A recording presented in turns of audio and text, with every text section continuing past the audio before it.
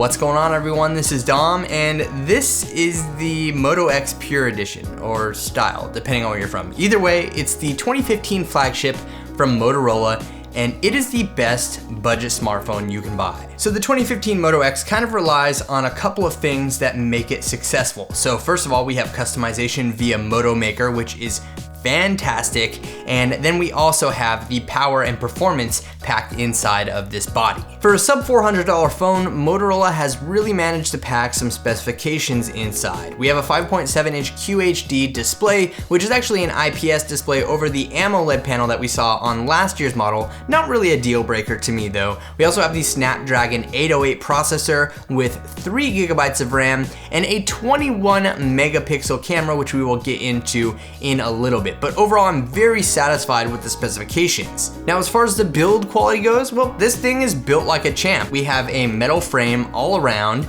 and we have the back panel here, mine, which of course is the wood version, but you can customize this phone to look however you like using Moto Maker, which is a fantastic feature, especially for a $400 smartphone.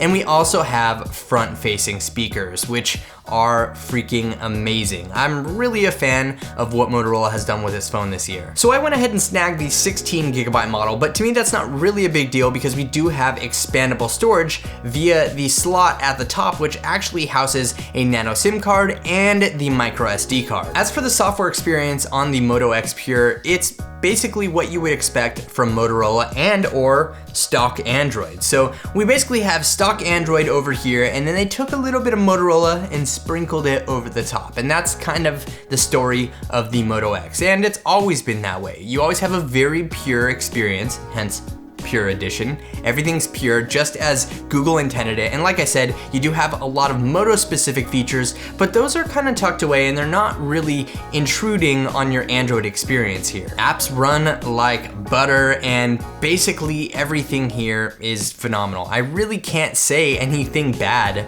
about the software experience on the Moto X. It's pretty awesome. Like I said, the software experience is pretty plain Jane here, but that's not necessarily a bad thing if you value performance, though most of the Motorola specific features are tucked away inside of the Moto app. So here we have Assist, Actions, Voice, and Display. And some of the notable features here are that the phone will react to motion. So if you wave your hand over the display, it will turn on in some kind of ambient mode that allows you to see your notifications. Now, like the previous versions of the Moto X, you can tap and hold on the little icon in the center to get a preview of your notifications, which I find to be extremely helpful. You can also do things like making a chopping motion to turn on the flashlight and twisting the device to launch the camera app, which is incredibly useful in my opinion. We also have Moto Voice, which is always on, and you can do things like, "Okay, Moto X," and the display turns on and it listens to what you're saying. Pretty cool. So basically, if you're a fan of a pure Android experience, this is going to be the phone for you if you're looking to save a nickel or a dime. But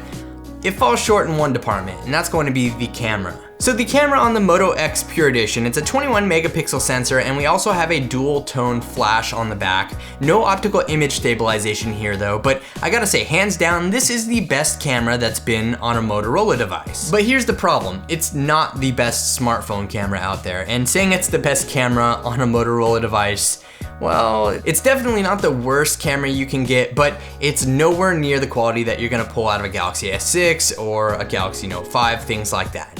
Overall, I think the camera performance is pretty good, and for $400, you can't really argue with it. That's the whole story here. This phone is $400 unlocked and off contract. It's a real winner all the way around when you consider the price point. Now, the camera is also capable of shooting 4K video, but without optical image stabilization, it's not going to do you much good. And the camera software is a little bit clunky, but it's definitely usable. Now, around the front side, we have a 5 megapixel camera, and yes, that is a flash you see. So for all you selfie shooters out there, the Moto X has your back. So some people are disappointed by the fact that it has a non-removable battery, but it's 3,000 milliamp hours and it should get you through the day. And typically I saw around 4.5 hours of screen on time with the Moto X, which isn't fantastic, but it's consistent for other smartphones with a QHD display. Now keep in mind, again, this phone is $400. And not only that, but you do also have Motorola's turbocharging, which works fantastic if you just want to throw the phone on the charger, get a quick charge, and go about your day. So this is the Moto X Pure Edition, and it is without a doubt the best sub $400 smartphone you can buy, NFC included. Anything negative that I have to say about this smartphone is completely overpowered by the fact that you can pick it up unlocked and off contract for $399. It is seriously fantastic for the money, and the performance competes on many levels with a lot of the top tier flagships out there in 2015. So I hope you enjoyed this review, and if you did, feel free to leave it a thumbs up and also subscribe for more review videos like this in the future. Thanks again for watching, everyone. This is Dom, and I'll catch you in the next video.